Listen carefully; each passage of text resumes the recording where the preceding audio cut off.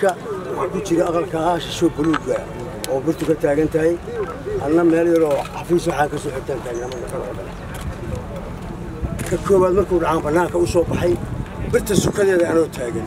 ayaa ka labaad dhacay waana ka qabtay hawshaa siday wax u dhaceen horta guud ahaan sidaasay ahayd halkan xaruntii gobolka bangaariyada iyo boostadii oo la isku furay waxa ahay xaruntii xafiiskii hore gobolka waa kana saasa horta wax u dhaceen maanta wax dhaceen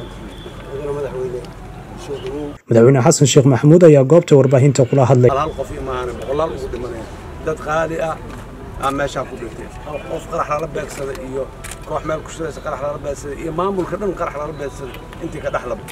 markaas niman cadow ah oo waxba reebayn oo dadka nolol u ogoleen sharaf iyo karaamo iyo cizi aan ogoleen waay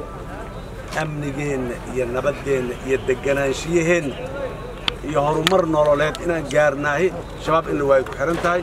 reer hiiraanne oo dowladda Hirshabeellana oo hiiraan ay ka bilowdeen waa ka sii socda ilaa xeeb hadda maanta halganka sii maraya waana soconaa inta ka dhiman Soomaaliya dhan oo dhamaana hadii aan leeyahay meeshaasana hadafka noo ah si aan foolxumadan iyo dhibaatadan iyo murugadan aan maalin kasta u taagnaanin iyo tacsiida waa inaan shabaab weynaa hadii aan leeyahay ay leedahay shabaab in la waayo waayo hadii kala marar kala badan sidaan arkeen hadda ka horreeyaan aragnay shabaab in la waayo waayo dowladda Hirshabeelle oo waliba hiiraan waa meeshii laga bilaabayba shabaab in la waayo